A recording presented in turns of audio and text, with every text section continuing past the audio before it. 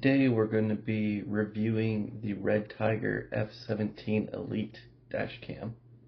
The dash cam comes with the front windshield mounted dash cam itself, which also includes a rear camera for the rear windshield, and the front camera itself actually also has an in-cab camera.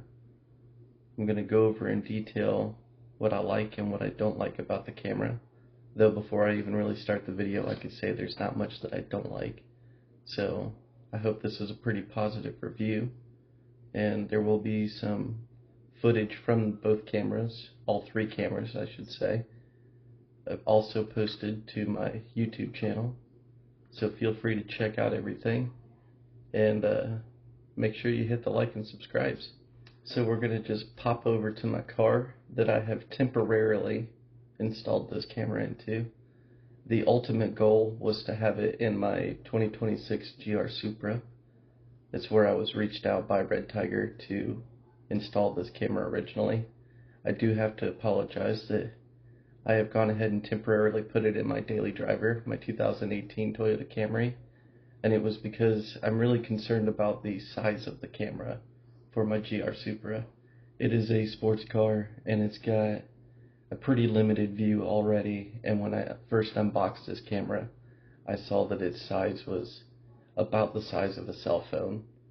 I already have a hard time having my cell phone attached to my windshield and having optimal view for driving. It's a pretty small car, and I will be temporarily setting it up in the Supra as well. But I have set up this camera completely temporarily in the Camry. I've not hidden any wires.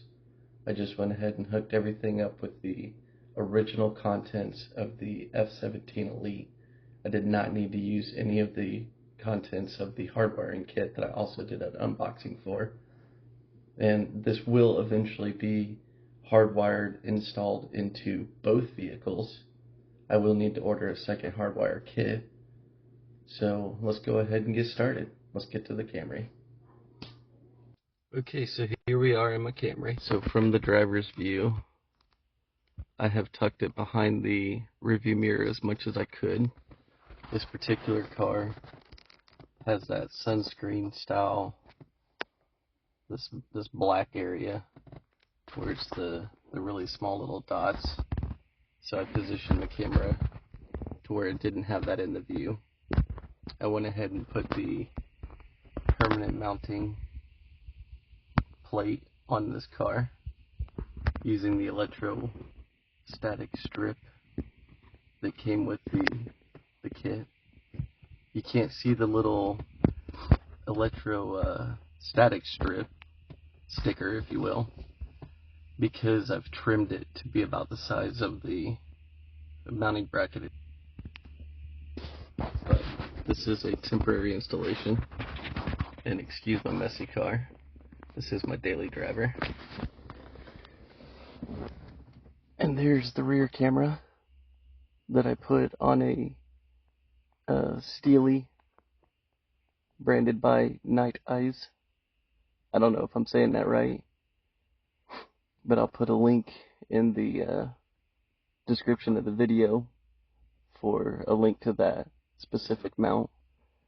I went ahead and attached the rear camera with the adhesive strip it came with to a Steely mount so that I can move this camera back and forth from my other car, the Supra that I mentioned, and my daily driver.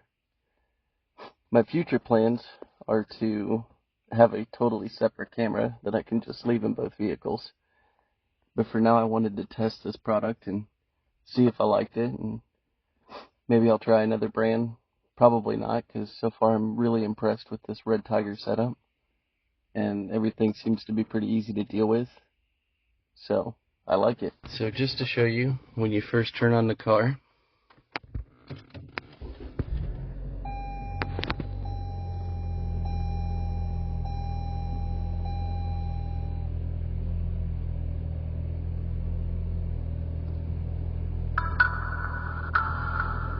camera is plugged into the accessory power outlet, and the cable that comes with it conveniently has another USB port in case you've only got one of these, unlike many cars that now have multiple USBs. This is a really nice feature for older cars because this also gives you a charging port. But the camera pretty quickly comes on and shows you displays of the main camera. Sorry, I touched the screen. It is also a touch screen camera. The cab view and the rear camera. The camera itself does not swivel. You have adjustments forward and back, and the lens itself, and this is going to be hard to show on a video, but you can move it around, direct your camera in the proper direction, and you can also twist it in case your view is disoriented. You know, if your windshield is kind of slightly offset, your camera twists. You could twist this front camera. Now the in-cab camera has movement options as well. You can move it around to get it properly oriented. You cannot twist it. Not that that's a big deal. It seems to take pretty good in-cab video of everything's going on inside your cab. And excellent forward-facing camera. You press the menu button and you can go through the various settings. There's tons of settings in this thing. It's kind of nice.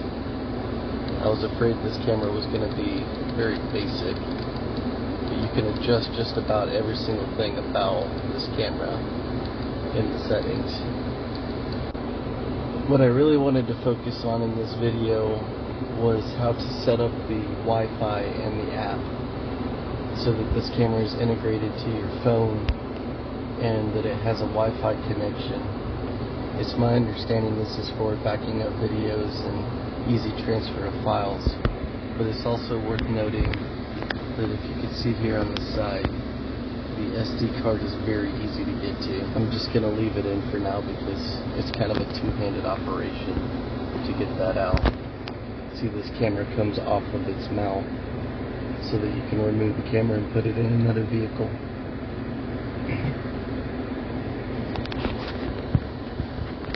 So you hit the menu button, you open the settings. It's a touch screen, so you can just scroll down to app, scan the QR code,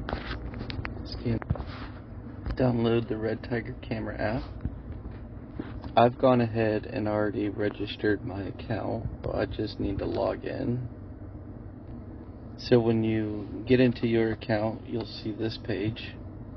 You hit that button and you need to allow these permissions.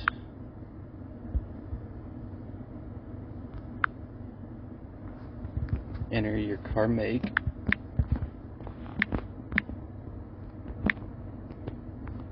and model.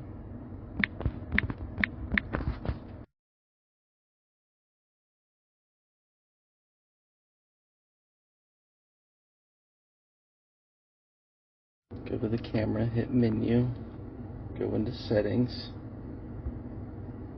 and go to Wi-Fi like it was telling you.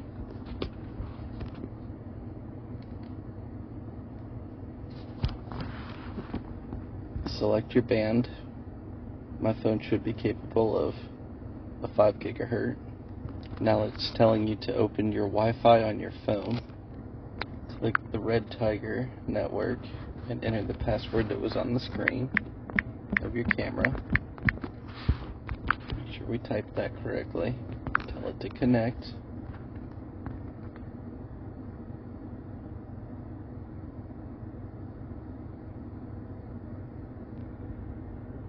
Tell it to always connect. Now our camera should be connected to the phone. And there it shows our camera.